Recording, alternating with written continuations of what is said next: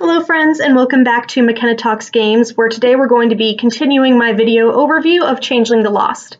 When I last left you, we had gone over the basics of the setting and the narrative aspects and themes that go into Changeling. So today we're going to be diving headfirst into the mechanics and unique storytelling systems that make this game tick. There are 4 things I want to talk about today. That's going to be glamour, contracts, pledges, and aneromancy. All of them are presented in the core book, and while I could talk about some of the optional systems that other supplements added to Changeling, I really just want to focus on the base game today before diving into any of the optional stuff. So with that in mind, let's get this ball rolling and talk about, I think, Glamour first, since that sort of provides the base for everything else that Changelings can do in this setting. So then, Glamour. Glamour is to Changelings as blood is to vampires, as mana is to mages. It is the fuel for their supernatural abilities. Now, there are a couple ways in which Changelings can go about building up their Glamour pool, but the most common is to harvest it from the emotions of humans. There are 4 emotions you can get Glamour from: joy, fear, wrath, and sadness. Any human who feels those emotions intensely enough naturally generates glamour, and simply being in their presence is enough for a changeling to siphon that glamour off and store it for later use. This process is mostly harmless. It doesn't harm a human at all to have that glamour taken away from them. It can get a little bit uncomfortable depending on how that emotional response is elicited. Some changelings may be a little bit more proactive in manipulating situations to draw out their desired emotion. And in situations where that emotion is fear or sadness, the moral and ethical implications of that can be, well, they're questions that need to be addressed and can actually prompt some interesting discussion with your players on how far they're willing to go to get that sweet, sweet glamour fix. But I digress. Glamour is a very versatile fuel. You can use it to do a lot of things, from powering your supernatural abilities to dropping your human mask to show your true form to mortals. It can be used to activate magic items, to incite bedlam, which is a mechanic wherein high-powered changelings and true fae can force an emotion on a large group of people. And it can also be used to activate the blessings that are given to you by your seeming and your kith. Now, this is a lot more versatile than Glamour is traditionally. Traditionally, Glamour was used by the Fae to create illusions or to make things seem different or more than they are. It would be used to make the Fae seem more beautiful, or to make a human think that a rotten fruit was the most delectable looking fruit from the tree. It could have been used to manipulate the appearance of a geographic location to lure mortals in a certain direction or to push them away from other locations. But I actually really like how they did it in Changeling the Lost, for all the differences that it has, mostly because it is tied to emotion. Now, that is a theme that I've seen in some other modern fairy media, some of the books I've read, young adult fairy books mostly. But I wasn't really able to find much in the way of a traditional link between glamour and emotion. But it works in Changeling because Changeling is such an emotional game. It's about feelings, it's about your mental state, and just I think it really ties all together nicely to bolster that theme of trying to keep yourself emotionally stable. And so with that, I think we're going to move on to the things that you use Glamour for, starting with contracts. So every cool supernatural creature needs some really cool supernatural abilities with which to manipulate the world around them. For changelings, those are contracts. Now, the premise behind contracts is pretty simple. A changeling enters into a bargain with one of the various natural forces in the world, and that natural force then acts on the changeling's behalf to enact a desired effect. Now, this bargain is usually paid for with glamour, though there are some various loopholes referred to in-game as catches, which allow changelings to potentially use their contracts at no cost. Contracts are ranked from 1 to 5 dots, and you need to purchase each dot in order. Each dot represents a separate power, but they can't be separated from each other. So you need the first before you can get the second, before you can get the third. Now, I like most of the contracts, and I think that there's a lot of opportunities for some really versatile uses of them. And there's going to be something for every build of character in the core book, which, you know, versatility is a strength of this system, I think. There are ones that will give you physical buffs, ones that will give you social buffs, things that will manipulate your environment, manipulate other people. It runs the gamut of effects, so you'll be able to pick and choose ones to really suit the type of character you're going to build. However, there are some drawbacks to them, and those drawbacks are in terms of game balance. Specifically the catches for each of the contracts. They seem to be kind of arbitrary.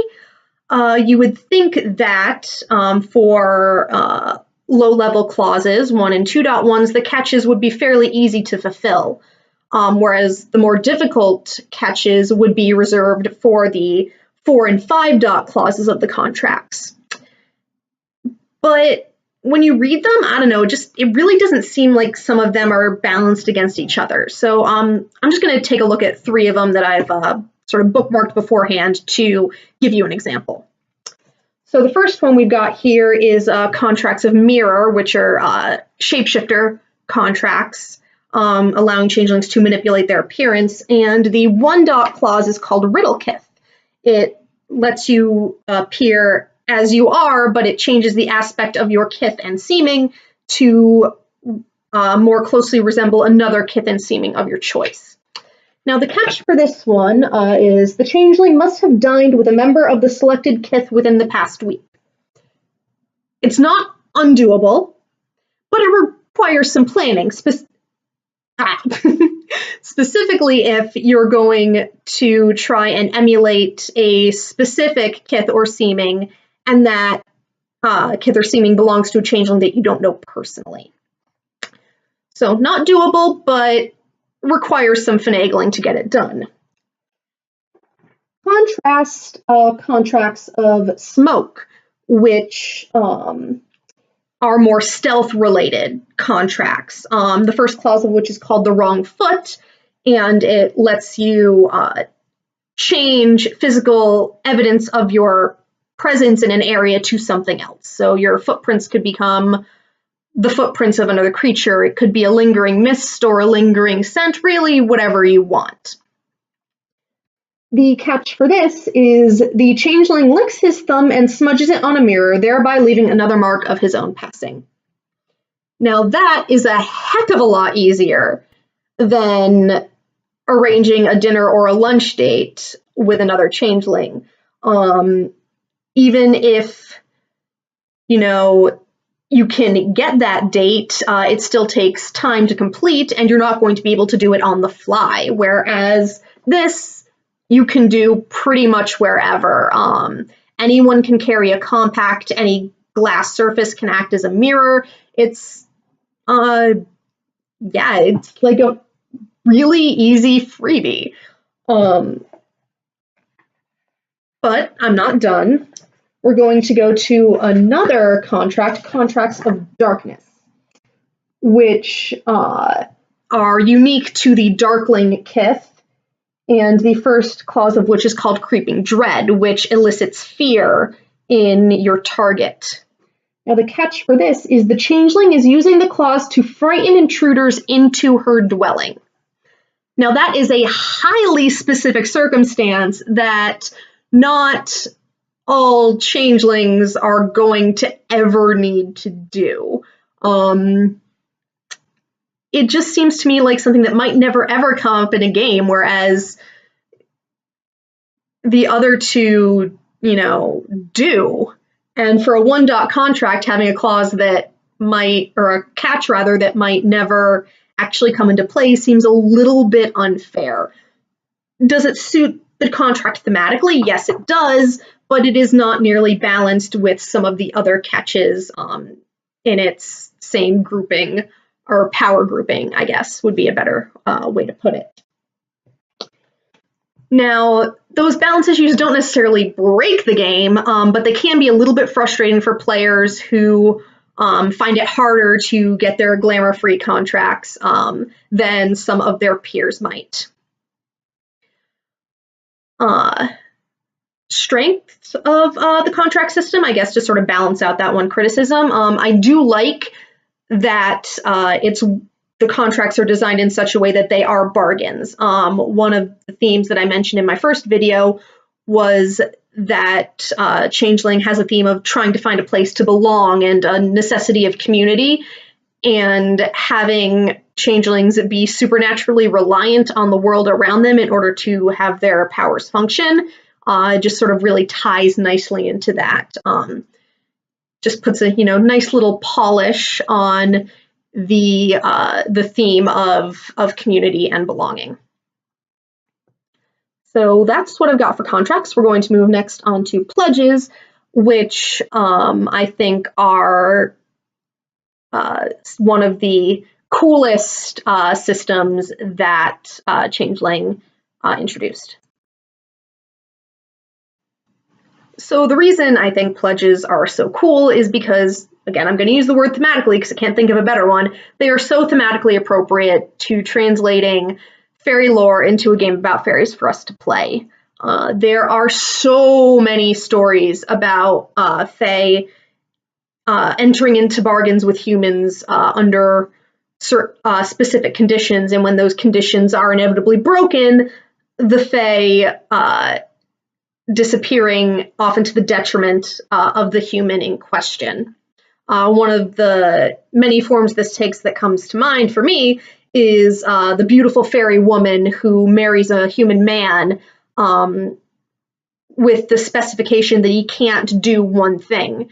And the moment he does one thing, she ups and leaves and takes their kids with him. It's pretty common, and seeing that translated into game terms, I think here works well. Not perfect, but well. There are 4 aspects to pledges in this game. There is the task, which is what a changeling is expected to do, or not necessarily changeling. Mortals can enter into pledges, as can goblins, as can other fae. So I should say a task for the character to fulfill. There's the boon, which is going to be the bonus, the benefit that the character gains from the pledge. For changelings, this can be glamour that is given to them free of charge. It can be protection if you're going for a narrative boon. It can be buffs to their stats, their attributes. It can even confer merits at no experience cost. So there's a lot to be gained when using the pledge crafting system. There's also a lot to be lost, which brings us to the third part, which is the sanction. The sanction is what happens to you if you break pledge, because these are not just everyday bargains. These are infused with magic. These are infused with glamour, with word, and if you prove yourself to be untrue, those things will backfire. There will be a backlash against you. And you, say, may suffer debuffs. You may lose all your glamour. You may have bad luck, which translates into halved dice pools. The sanctions can get pretty nasty. And on top of that, pledges are so important to changeling culture that if another changeling finds out you ever broke a pledge, you're going to be a social pariah. So there's a lot of incentive to not break that pledge. And the fourth aspect is the duration. This can be anywhere from a couple days to a week to a year to, if you are a particularly powerful changeling or fae, forever. Each of these has aspects, has a rating. They can be lesser, they can be medial, or they can be greater. And each of those is assigned a positive number or a negative number. And when you combine these aspects, those numbers need to even out to 0 to make sure that the pledge is balanced. So it actually is super easy to put a pledge together that is agreeable to every party involved. There's a really easy guide in the book for doing it. There's a really good chart. Let me see what page.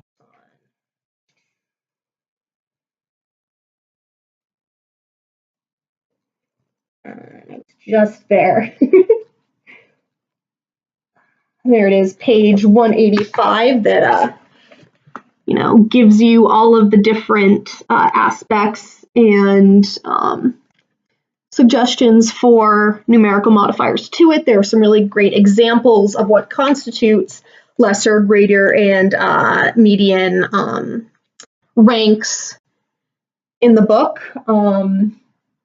And it's got some really good sample pledges in there too. And given that there's such a clear-cut ranking for aspects of a pledge, if you don't really have time to craft your own, you can easily swap out the mechanical aspects of the pledges for different ones to sort of customize the deal that you're trying to broker.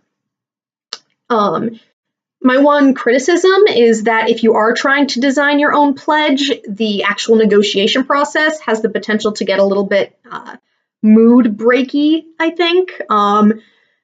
Nothing ruins an intense in-character negotiation more than suddenly you're referencing the numerical and mechanical necessities that go into that negotiation. So something that I recommend is either figuring out what you want your pledges to be before the session where you plan to enact them, so you can just do the role play aspect and everyone knows what they're getting into, or do lay a basic groundwork role play wise in your session and then hash out the actual numbers for it before the next one. Just, keep the flow of the game going. I prefer highly narrative games, though other people, might not have as much of an issue with bringing the numbers into it during a session. Whatever, you do you. It's not that big a deal. So what else for pledges? I really can't think of anything more I'd like to say about them. So with that, let's move on to the last system that Changeling brings to the table, and that is oneromancy. Oneromancy is the creation and manipulation of dreams. Changelings are highly skilled lucid dreamers, and not only can they control their own dreams with ease, but with the right pledges, they can also gain access to the dreams of their fellow changelings and also those of mortals. Now, I'm not going to lie, it doesn't really have as much of the concrete ties to Fae lore that I find so awesome about this game, but dear God, is oneromancy fun. It has produced some of the best sessions that I've ever had with my players, and it's just, I can't describe how much I actually do love it. There's a lot you can do in dreams. Dreams are made of imaginations, so the things you can do in them are limited only by your players' imaginations. So if they can think it, they can potentially do it. And how do they do that? With one dice pool: wits, empathy, and word. You are going to roll that no matter what you do. If you're trying to discern the character's mental state by going into their dreams, wits, empathy, and word. If you are trying to craft a nightmare, wits, empathy, and word. If you want to summon a flaming sword and run headfirst into the battle with a dream monster, you are going to roll wits, empathy, and word to summon that sword, and then you are going to roll wits, empathy, and word to strike with that sword. It is really, really easy, and it can get sort of repetitive, but at the same time, it also means that no one is, I guess, limited. They can do things in dreams that they wouldn't be able to do in real life. So a character who doesn't have as many martial skills in real life can be a badass gladiator in their dreams. A character who isn't necessarily as smart in real life can be smarter in their dreams. So it's a really even playing field for everyone, which is nice to have every so often. And even though you're all rolling the same dice pool, there's a lot of opportunities for modifiers. And this is called stunting. And this is why I do love Neuromancy so much. It's because using the stunting system, if a player gives the description of their action enough pizzazz, enough drama, enough narrative gravitas, then they get bonus dice. It encourages players to really go all out in what they're doing and put a lot of extra effort into their descriptions, which is so much fun. It is so cool to see what your players can do when they're given the freedom and the motivation in order to do so. It's a real showcase of player creativity, which I always love. Now, I've used dreamscaping more as a relief episode between heavier story arcs to give the players just some time to let loose, to have fun, and to, sort of unwind and simmer down before tossing them into the next really hard challenge. Does that have to be the way other storytellers do it? No, of course not. I just find that it's particularly well suited to that, and so I prefer to use it that way. But just as changelings have access to dreams, so do the true fae. And a more suspenseful, serious foray into someone's dreams who are being ravaged by a true fae might present just as much opportunity for horror in another group as it has for entertainment in my groups. Other than that, there's really not a whole lot to say about it. Other supplements sort of elaborate more on the dreamscape, which I'm actually not a fan of. I like how simplistic it is in the base book, because it doesn't need to be anything else. And anything else it needs to be, it can be through the actions that your players take within the dreams. So I'm just going to leave it at that, I guess. I wish I could say more about it, but like I said, there's not really all that much to say. So I think that concludes the mechanical overview of Changeling the Lost. I hope that you guys enjoyed it. I know I certainly enjoyed recording it, and revisiting this series is something that I will gladly do time and time and time again. So with that, I hope that you all have a lovely day or afternoon or evening or whatever time of day it is when you're watching this video, and I will see you next time here on McKenna Talks Games.